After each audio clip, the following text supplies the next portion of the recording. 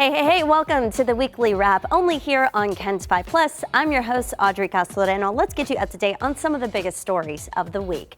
At number 5 in our countdown, the NFL draft recently got underway.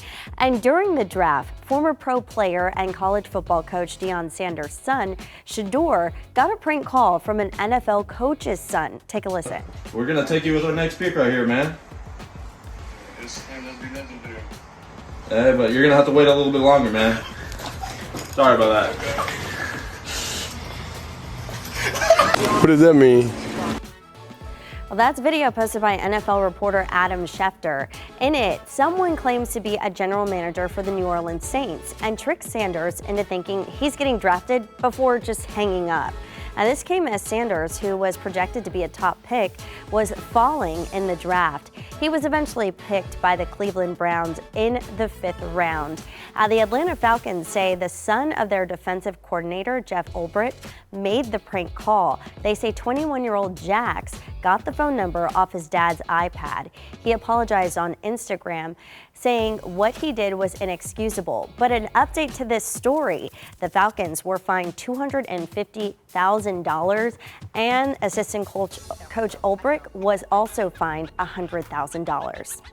At number 4, Texas is taking a step towards formally renaming the Gulf of Mexico, the Gulf of America, on state maps and documents.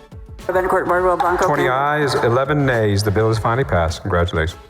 Senate Bill 1717 by State Senator Mace Middleton follows President Trump's executive order that directed federal agencies to change the name back in January. But on the Texas Senate floor, some Democrats say this sets an unstable precedent. We're going to change it depending on who is the majority here in the legislature, to the whim of whoever is elected to office at that time. This is not a whim, Senator. Well, not a whim. You know, I respectfully disagree with you. We're going to be changing the names of historical names just because the person in public office doesn't like it, doesn't give really stability to the history that we look at to provide guidance as to where we are today, where we're going in the future. Senate Bill 1717 now heads to the House for consideration. Switching gears, weight loss medications have been very popular lately, but as Jeremy Baker reports, making sure your drug is the real deal is a huge must for your health. A compound GLP-1 is a medication that should only be made by a pharmacy at the state or federal level in times of a shortage or if a patient requires it due to a special need.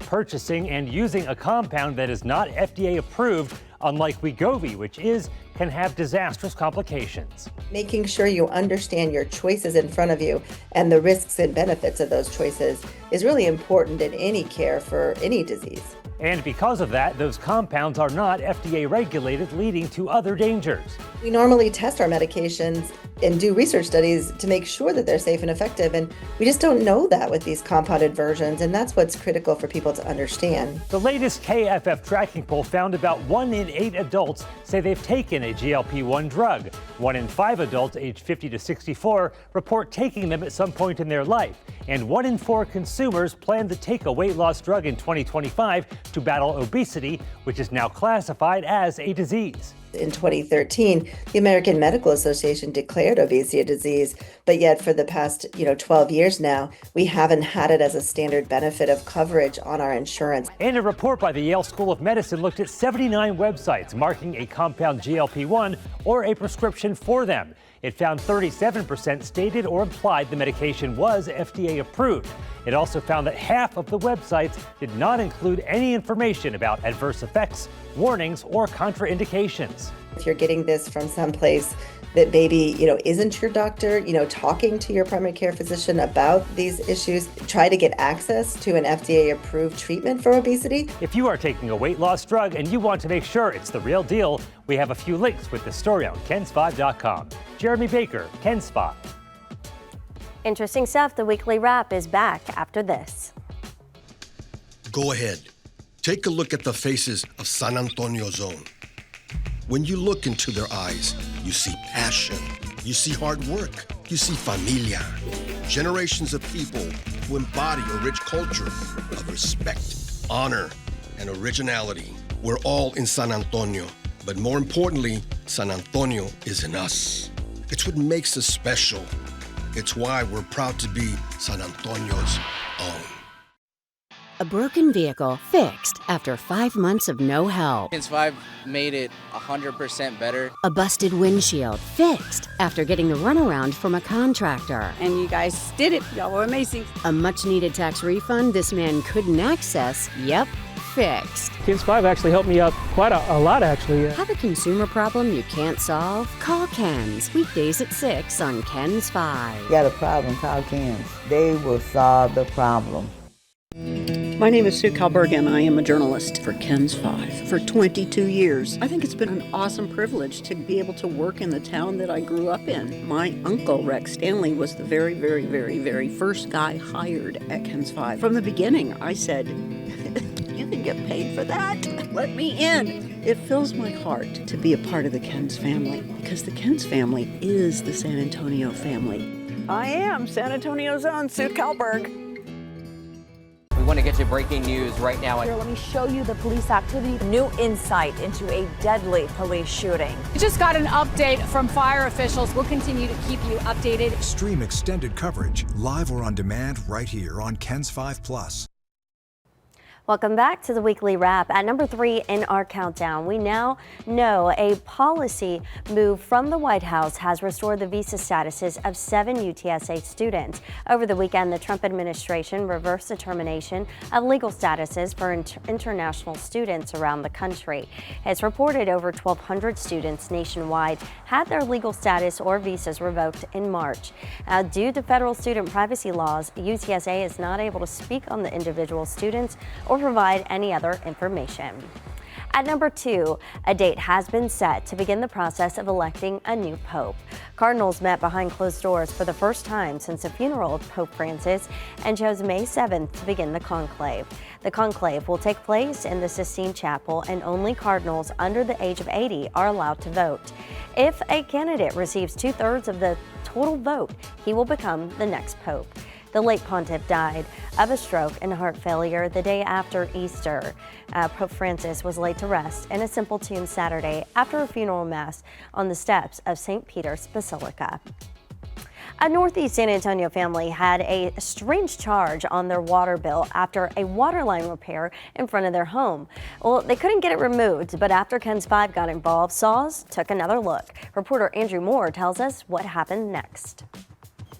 SAWS charged the Dixon family an extra $156 after a water line repair in front of their home. That charge was for a water meter. But after Kins 5 got involved and explained the situation to SAWS, they took that charge off the bill. They got the backhoe or whatever off of the trailer, started tearing up stuff between the curb and the sidewalk. Byron Dixon saw a water leak on his street back in January. SAWS quickly came out to fix it, but during that repair, his meter was damaged. They said, we'll have to bring another meter out. I said, why? I said, because we broke your meter. Still, the SAWS crew was able to fix the issue without interrupting Dixon's service and quickly replace the meter, so he thought everything was fine. But then, a month later, he received a water bill that said he owed an extra $156 from the previous month, which he didn't. I got all my statements, so I could back that up. Dixon then called SAWS at least 8 times to try and get it sorted out. He said SAWS first told him they were investigating the charges, then they said the charges were for the replaced meter, and later he was told the charges were just for water consumption. After nearly 2 months of going back and forth, he called Kins 5. They're jumping from one excuse to another excuse here, and we got to get it straightened out. So Kins 5 took a look at the bills, and then we contacted SAWS about the charges. SAWS then called Dixon and took another look. SAWS called me the very next day, and several hours later, they called and said, it's been credited. I don't have to worry about it.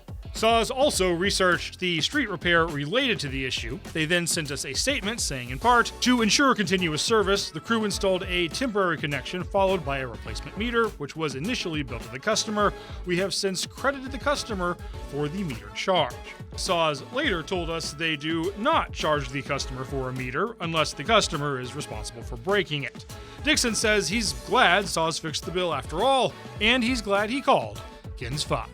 without KENS 5 getting involved in it, it would not have even got up to him to get it corrected. For Call KENS, Andrew Moore, KENS 5. Glad we were able to help him. Stick with us. Weekly Wrap is back after this. Go ahead. Take a look at the faces of San Antonio Zone. When you look into their eyes, you see passion, you see hard work, you see familia. Generations of people who embody a rich culture of respect, honor, and originality. We're all in San Antonio, but more importantly, San Antonio is in us. It's what makes us special. It's why we're proud to be San Antonio's own.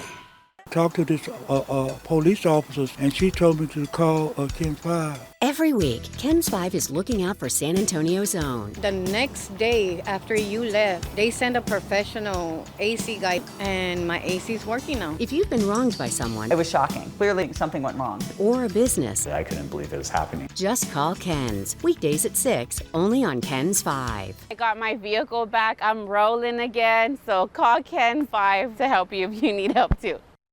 Born and raised on the northwest side of San Antonio, Texas. Generations of my family have been from this part of Texas. I have Fiesta roots, I have Spurs roots, I have Texas Fighter roots. Played basketball at Clark. Basketball was a huge part of my life for 16 years. My comfort dish, a plate of chilaquiles with salsa verde. Well, I grew up watching KENS 5. I am who I am because of this beautiful city. I hope that they can find a sense of pride knowing that their creation is helping deliver them the most important news of the day. I'm Alicia Nieves, and I'm proud to be from this beautiful city. If you want a meal that will make you say, So good! That is fantastic. Catch Neighborhood Eats, where we find the best local restaurants. Streaming now on KENS 5 Plus. Welcome back to the Weekly Wrap. Right now we want to toss it on over to Meredith Haas, who joins us with another round of Quick Hits. Y'all seen this new color? It's called Olo. It's a super saturated tealish green color. Scientists at UC Berkeley have figured out how to trick our eyes into seeing this using a technique called Oz. And yes, it has something to do with the Wizard of Oz. And psilocybin, have you heard of it? Well, if you haven't, it's a psychedelic, and apparently a lot more people are using it. Apparently it's helping people with mental health conditions and chronic pain. There are some downsides, so the research needs to go into this. And how thoughts influence the eyes and what we see, well, studies being put into this. The study into our visual systems is actually helping to look at AI and how we use it and how humans and technology work together. Thank you for watching this week's Quick Hits. I'm Meredith Haas.